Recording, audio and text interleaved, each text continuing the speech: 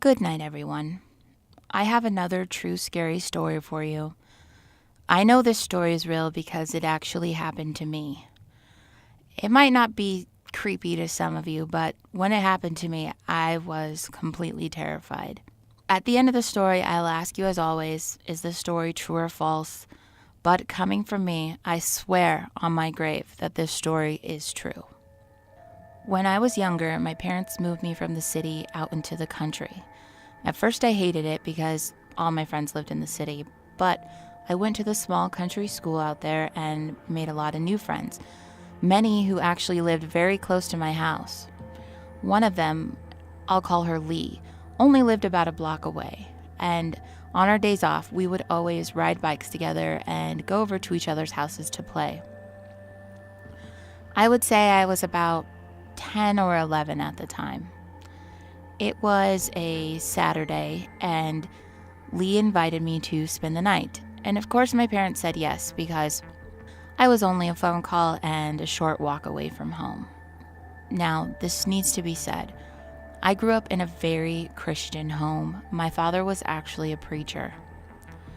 Growing up, I was taught that witches were real and evil, tarot cards are real and evil, and the Ouija board is real and very evil, and definitely not a game. My parents told me that you really can contact spirits through the Ouija board, but none of them are ever good. They're all evil. And talking to them just invites them into your life. And once you do that, it's hard to get rid of them. When I got to Lee's house, her mother said that she would order us pizza and that we could rent movies. I was really excited about that. So all night, me and Lee were just playing board games, doing puzzles, watching movies, and just having a really good time. Lee had an older sister, I'll call her Amber. Amber was at her friend's house, but came home later that night. She saw us playing games in her room as, well, Lee and her actually shared a room. She told us she had a fun, cooler game for us to play. Of course, I wanted to be cool. I wanted to be cool more than anything, so I agreed I would play.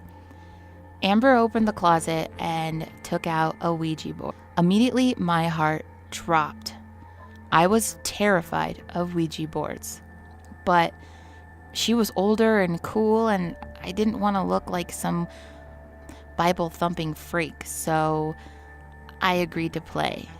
I figured if I'm not really playing for real, if I don't put my heart into it, then nothing bad will happen. So when we were all going through the normal, spinning around the board, say hello, I just didn't say anything. I thought if I wasn't completely engaged, nothing bad would happen to me. Well, when we started to play, we actually made contact. We made contact with a few spirits. One in particular kept talking to us. His name was Willie.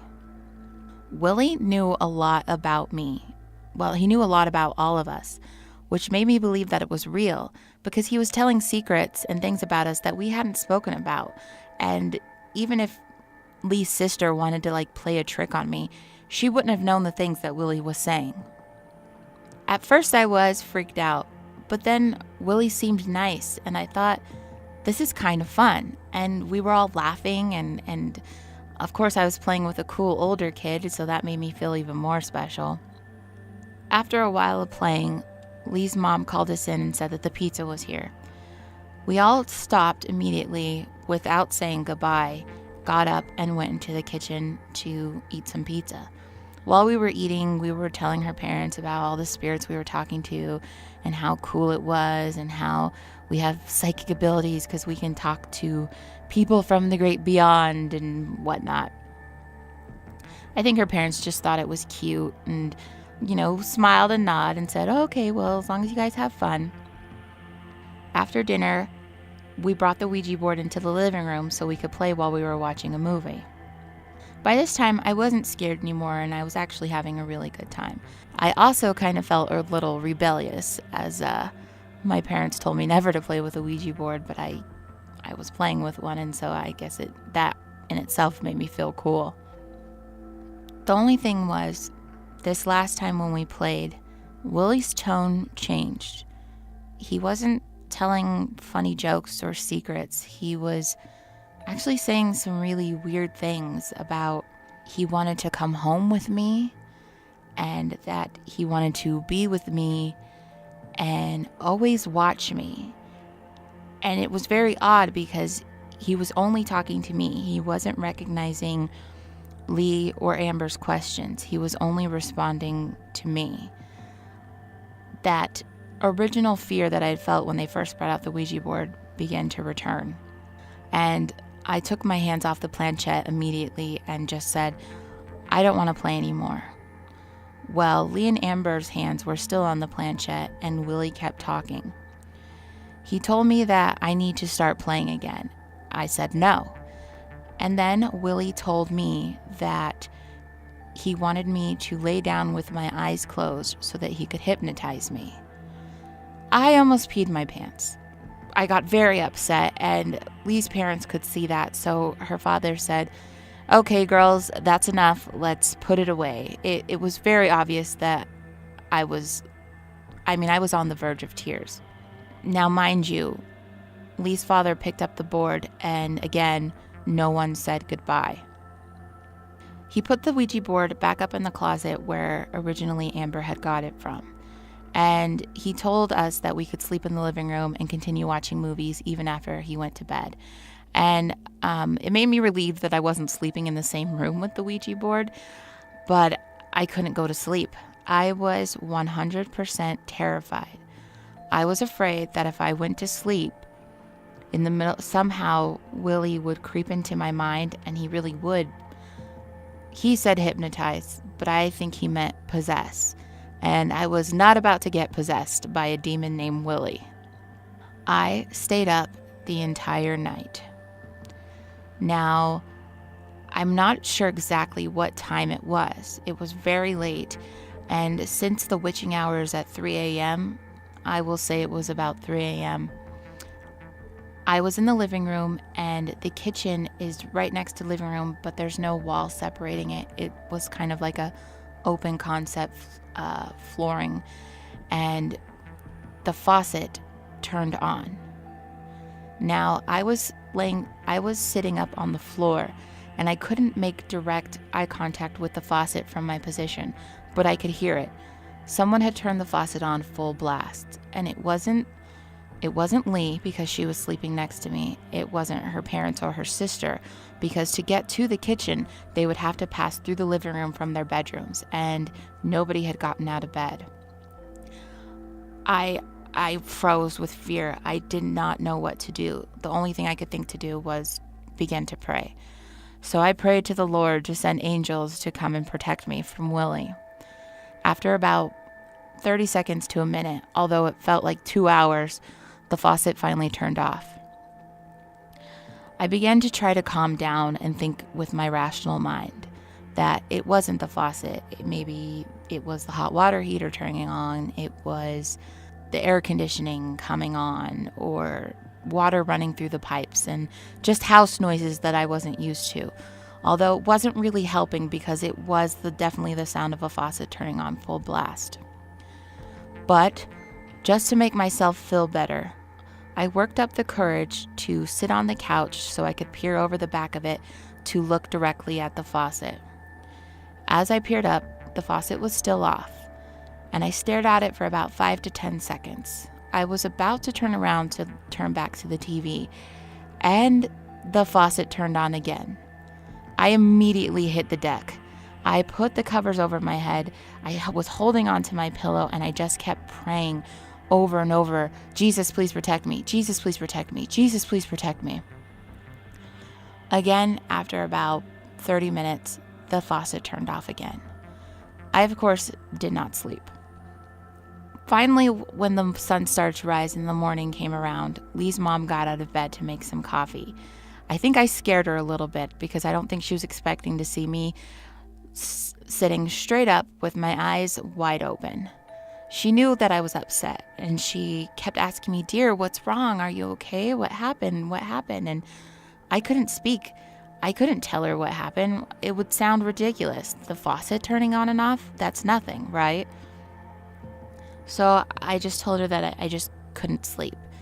and she finally let it go and went into the kitchen and started to make breakfast. I began to relax even more when everybody was getting up out of bed and nobody was possessed or dead. So I figured the morning comes, everything's all right, and I can go back home to my father and my mother who could pray for me and our Christian home that will protect me from the evil spirits in this house. The story doesn't quite end there. While we were all sitting at breakfast, her mother had made us pancakes. Lee's older sister Amber said that she thought there was a mouse in her room. And this really isn't out of the ordinary because there was lots of field mice where we lived because everybody had barns and horses, and it was just a normal thing for them to get into your house. Her dad said, "Oh yeah, where was it?" And she was like, "I think it's in the closet or in the crawl space above the closet, but it's definitely coming from the closet." Her father said, "I'll check it out and I'll lay some traps." Well, when he went in there to look, there wasn't any mouse droppings or any signs of it chewing through the door or the wall. So he just laid the traps and said that tomorrow he will check them and hopefully by then the mouse will be caught. So I went home relieved, didn't talk to Lee the rest of that day. The next day, however, when we were waiting at the school bus, Lee told me something that still bothers me, and I hope that it's not true. She told me that there was no mouse in the traps the next day and that the scratching continued. Amber went and got her father at night and woke him up so that he could hear the scratching. He opened the closet and the scratching noises were coming from inside the Ouija box. He grabbed the box, but there were no chew marks or holes for a mouse to crawl into it. But Lee said that her father was sure that a mouse had gotten into the box somehow. So he took the whole thing and threw it in the garbage. After that, the scratching stopped. But Lee told me that she didn't think that there was a mouse in the box. She thinks it was the planchette moving back and forth. Willie was still trying to talk to us because, again, we never said goodbye to him. It took me a few days after that to get over the whole thing, and no creepy things happened at my house. But I'll have to say, I never spent the night at Lee's house ever again. And her sisters told me that they had no intention of purchasing another Ouija box because they too believed that there was no mouse in that box, that it was the planchette moving by itself. That's the part that I wish isn't true. I kind of wish that it was all our imaginations and a mouse did just climb into the box and that maybe they had faulty wiring in their house and the faucet came on, which that really doesn't make any sense even saying it now. That faucet was on. I saw it with my own eyes. Anyway, I'll leave this one up to you. Was there really an evil spirit named Willie who was trying to possess me? Did I see the faucet turn on in the middle of the night? Was the planchette moving by itself? Is this story true or false?